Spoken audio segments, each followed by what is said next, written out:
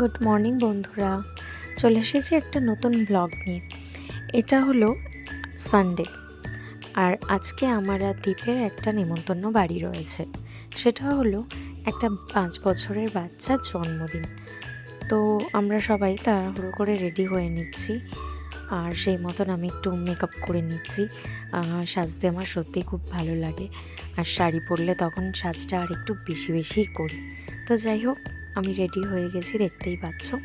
তো আমি আর দীপ বেরিয়ে পড়লাম অনুষ্ঠান বাড়ির উদ্দেশ্যে। এই অনুষ্ঠান বাড়িটা আমাদের বাড়ি থেকে বেশি দূরত্বে ছিল না, কাছাকাছি।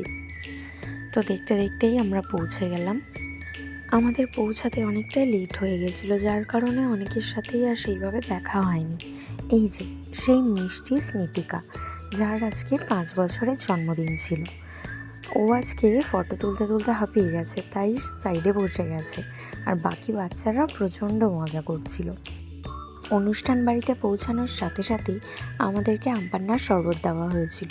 তো সেটা কমপ্লিট করার পর একটু দাঁড়িয়ে গল্পগুজব করার পর আমরা চলে গেলাম সোজা খাওয়ার টেবিলে। এই যে এতটাই গরম লাগছিল যে আমি চুল টুল বেঁধে নিয়েছি, আর দীপ ওর বন্ধু বান্ধবদের সাথে ইয়ার্কি ঠাট্টা মারছিল। দেখতে দেখতেই চলে এলো আমাদের পরপর সমস্ত ডিশ।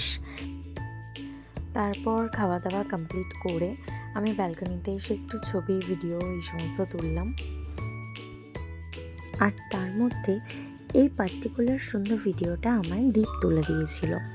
আর আজকের আরেকটা স্পেশাল ব্যাপার হলো, এই যে শাড়িটা আজকে আমি পরেছিলাম, এটা আমার মায়ের শাড়ি।